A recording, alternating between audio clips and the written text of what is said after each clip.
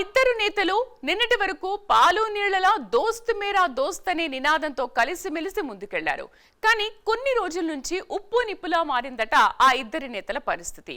ఒకే ఒక్క పదవి ఇద్దరి మధ్య వైరాన్ని పెంచేసి ఎడమొహం పెడమొహం పెట్టుకునేలా చేసిందట. ఇందుకీ ఆ ఇద్దరు నేతలు ఎవరు, చిచ్చు పెట్టిన ఆ పదవి ఏంటి చూద్దాం.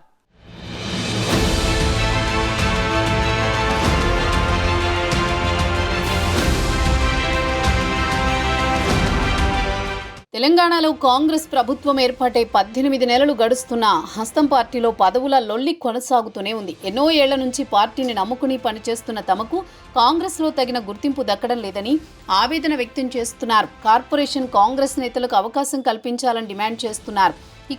ఇప్పటికే తెలంగాణ ప్రభుత్వం కొన్ని నామినేటెడ్ పదవులను పెండింగ్లో పెట్టింది. మరోవైపు అసంతృప్తులతో చర్చలు జరుపుతున్నారు. వీటిలో కొత్తవారికి పలు పదవులు అప్పగించాలని భావిస్తున్నారు. ప్రస్తుతం పార్టీని మరింత బలోపేతం చేయాలని సీఎంకు అధిష్టానం నిర్దేశించినట్లు పార్టీ వర్గాలు చెబుతున్నాయి.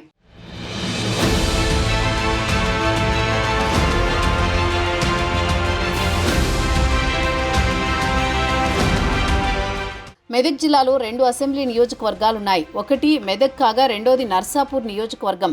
నర్సాపూర్ ఒకప్పుడు కమ్యూనిస్టుల కంచుకోట, తర్వాత హస్తం పార్టీ హవా కొనసాగించిన సెగ్మెంట్. గత 3 పర్యాయాలుగా బీఆర్ఎస్ పార్టీ ఇక్కడ విజయ పరంపర కొనసాగించింది. 2023 అసెంబ్లీ ఎన్నికల సమయంలో ఈ జిల్లాలో రాజకీయ సమీకరణాలు మారాయి. జిల్లా కాంగ్రెస్ పార్టీ అధ్యక్షుడిగా ఉన్న కంఠారెడ్డి తిరుపతి రెడ్డి మెదక్ అసెంబ్లీ టికెట్ ఆశించారు. కానీ టికెట్ రాకపోవడంతో గులాబీ పార్టీ కండువా కప్పుకున్నారు. దీంతో నర్సాపూర్ నియోజకవర్గానికి చెందిన ఆంజనేయులు గౌడ్ను కాంగ్రెస్ పార్టీ జిల్లా అధ్యక్షుడిగా ప్రకటించింది. అప్పటి నుంచి ఆయనే జిల్లా అధ్యక్షుడిగా కొనసాగుతున్నారు.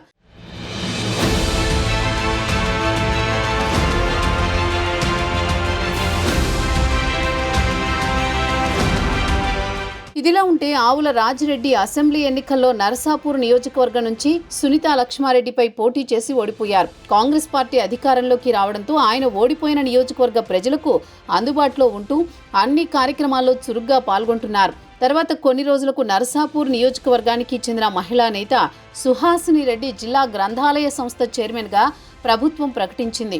దీంతో ఈ ముగ్గురు నేతలు జిల్లా కేంద్రమైన మెదక్ జిల్లాలో కాకుండా నరసాపూర్లోనే ఎక్కువగా ఉంటున్నారు.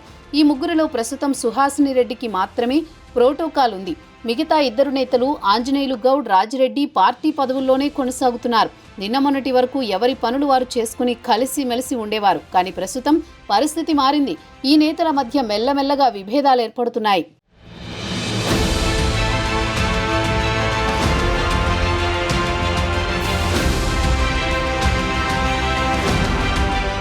మరికొన్ని రోజుల్లో కాంగ్రెస్ పార్టీలో డీసీసీ అధ్యక్షులను ప్రకటించనుంది. దీంతో అన్ని జిల్లాల్లో అధ్యక్ష పదవి కోసం ఎవరి ప్రయత్నాలు వారు చేసుకుంటున్నారు.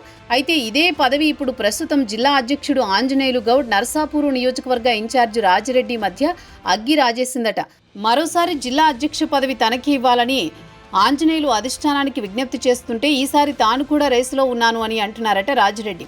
తన పేరును కూడా పరిగణలోకి తీసుకోవాలంటూ అధిష్టానం దృష్టికి తీసుకువెళ్లారట ఆయన. దీంతో నర్సాపూర్లో రాజిరెడ్డి, ఆంజనేయులు వర్గాల మధ్య కోల్డ్ వార్ స్టార్ట్ అయిందట. నర్సాపూర్లో పార్టీ, ప్రైవేటు ఏ కార్యక్రమం అయినా ఈ ఇద్దరు నేతలు కలిసి వెళ్లేవారు. కానీ ఎప్పుడైతే డీసీసీ అంశం తెరపైకొచ్చిందో ఎవరికి వారు వేరువేరుగా వెళుతున్నారట.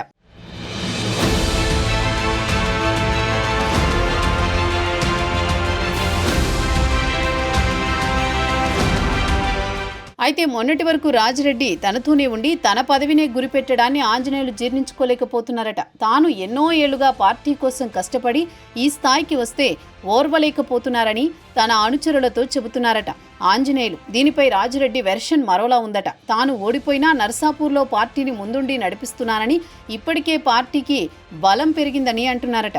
డీసీసీ పదవి ఇస్తే జిల్లాలో పార్టీని పటిష్టం చేసేందుకు తన వంతు ప్రయత్నాలు చేయొచ్చని రాజిరెడ్డి వాదన.